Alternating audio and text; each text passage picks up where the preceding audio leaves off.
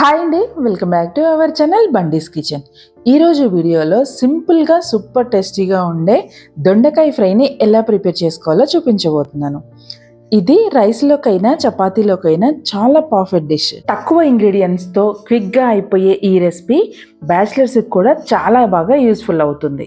ఇలా చేసి పిల్లల లంచ్ బాక్స్లో పెట్టినా కానీ కొంచెం కూడా మిగిల్చకుండా మొత్తం అంతా తినేస్తారు. మరి దీని ప్రాసెస్ ఏంటో ఎలా ప్రిపేర్ చేసుకోవాలో చూసేద్దామా? ముందుగా దొండకాయలని సాల్ట్ వాటర్లో శుభ్రంగా క్లీన్ చేసుకొని ఇలా బారుగా కట్ చేసుకోవాలండి. సో ఇలా కట్ చేసుకున్న తర్వాత వీటిని పక్కన పెట్టేసుకొని ఇప్పుడు మసాలా కోసం స్టవ్ మీద ఒక ప్యాన్ పెట్టుకొని దాంట్లోకి ఒక 1 టేబుల్ స్పూన్ ధనియాలు, ఒక 4-5 ఎండుమిరపకాయలు, 1 టేబుల్ స్పూన్ జీలకర్ర, 1 టేబుల్ స్పూన్ నువ్వులను కూడా యాడ్ చేసుకొని వీటిని మంచిగా ఫ్రై చేసుకోవాలండి. మంచి అరోమా వచ్చేంత వరకు వీటిని ఫ్రై చేసుకోవాలి.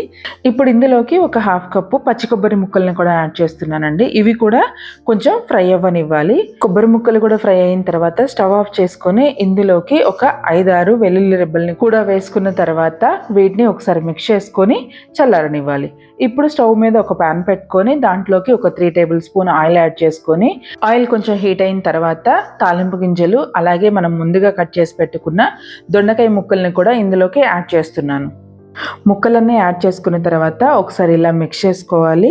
దొండకాయ ముక్కలన్నీ ఆయిల్లో మంచిగా ఫ్రై అయ్యేంత వరకు ఇలా మిక్స్ చేసుకోవాలి. ఇలా మిక్స్ చేసుకున్న తర్వాత ఇప్పుడు ఇందులోకి ఒక 1/2 స్పూన్ పసుపుని అలాగే 1 టేబుల్ స్పూన్ సాల్ట్ని కూడా యాడ్ చేసుకొని ఒకసారి మొత్తం అంతా ఇలా కలిపేసుకోవాలి. వేసుకున్న పసుపు సాల్ట్ ముక్కలకి పట్టేలాగా ఇలా మిక్స్ చేసుకొని స్టవ్ని మీడియం ఫ్లేమ్లోకి టర్న్ చేసుకొని క్యాప్ పెట్టేసుకొని ఒక 5 మినిట్స్ మగ్గించుకుందాం. ఇప్పుడు ఒక మిక్సీ జార్ తీసుకొని మనం ముందుగా వేయించి పెట్టుకున్న ఈ మసాలాలన్నీ మిక్సీ జార్లోకి వేసుకొని క్యాప్ పెట్టేసుకొని మెత్తగా గ్రైండ్ చేసుకోవాలి.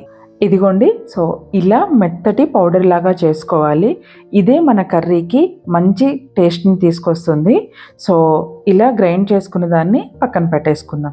ఇప్పుడు ఒకసారి కర్రీని చూసుకుందామండి. దొండకాయ ముక్కలు ఉడికిన తర్వాత ఫ్రై అయితే చాలా బాగుంటుందండి టేస్ట్.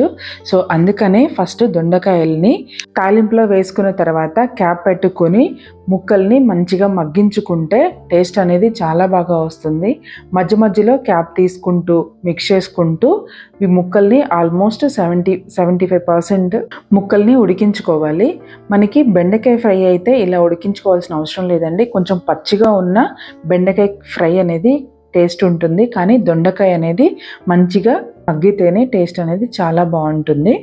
చూస్తున్నారు కదా, నాకైతే ఒక 15 మినిట్స్ అయితే టైం పట్టిందండి ముక్కలు మంచిగా ఉడకడానికి. దొండకాయ ముక్కలు అయితే మంచిగా ఉడికిపోయాయి. సో ఇలా గరిటె తీసుకొని ఇలా ముక్కని ఇలా చిదిమితే మంచిగా ముక్క అయితే విడిపోవాలి. సో ఇలా అయితే దొండకాయ ముక్కలు ఉడికినట్లు. ఇప్పుడు మనం ముందుగా ప్రిపేర్ చేసుకున్న మసాలా ఫ్రైని ఇందులోకి యాడ్ చేసుకోవాలి. సో ఇలా యాడ్ చేసుకొని ఒకసారి మొత్తం అంతా కలిపేసుకోవాలి. వేసుకున్న మసాలా పొడి దొండకాయ ముక్కలకి పట్టేలాగా మొత్తం అంతా ఇలా మిక్స్ చేసుకోవాలండి. ఇప్పుడు మనం సాల్ట్ సరిపోయిందా లేదా చూసుకొని, సరిపోకపోతే ఇంకొంచెం సాల్ట్ అలాగే కారాన్ని కూడా యాడ్ చేసుకొని మళ్ళీ ఒకసారి ఇది మొత్తం అంతా ముక్కలకి పట్టేలాగా ఇలా ఒకసారి మిక్స్ చేసుకోవాలి. ఇలా ఒక 2 to 3 మినిట్స్ మీడియం ఫ్లేమ్లోకి టర్న్ చేసుకొని ముక్కలకి బాగా మసాలాలు పట్టేంత వరకు ఇలా ఫ్రై చేసుకుంటే దొండకాయ ఫ్రై అనేది రెడీ అయిపోతుందండి. చాలా అంటే చాలా టేస్టీగా ఉంటుంది. చపాతీలోకైనా రైస్లోకైనా పర్ఫెక్ట్ కాంబినేషన్ అండి. పైన కొంచెం కరివేపాకు యాడ్ చేసుకొని దాని తర్వాత 1 మినిట్ అలా ఉంచేసి దీన్ని సర్వింగ్ బౌల్లోకి తీసుకుంటే ఎంతో టేస్టీగా చాలా క్విక్గా అయిపోయే దొండకాయ ఫ్రై అనేది రెడీ అయిపోతుంది. అంతే అండి, చాలా ఈజీగా టేస్టీగా ఉండే దొండకాయ ఫ్రై రెడీ అయిపోయింది. ఒకసారి మీరు కూడా ట్రై చేయండి. ఎలా వచ్చిందో నాకు కింద కామెంట్ చేయండి. ఈ వీడియో మీకు నచ్చినట్లయితే లైక్ చేయండి, మీ ఫ్రెండ్స్ అండ్ ఫ్యామిలీకి షేర్ చేయండి. మరిన్ని టేస్టీ వంటల కోసం బండీస్ కిచెన్ ఛానల్ని సబ్స్క్రైబ్ చేసుకోవడం మాత్రం మర్చిపోవద్దు. Thank you for watching.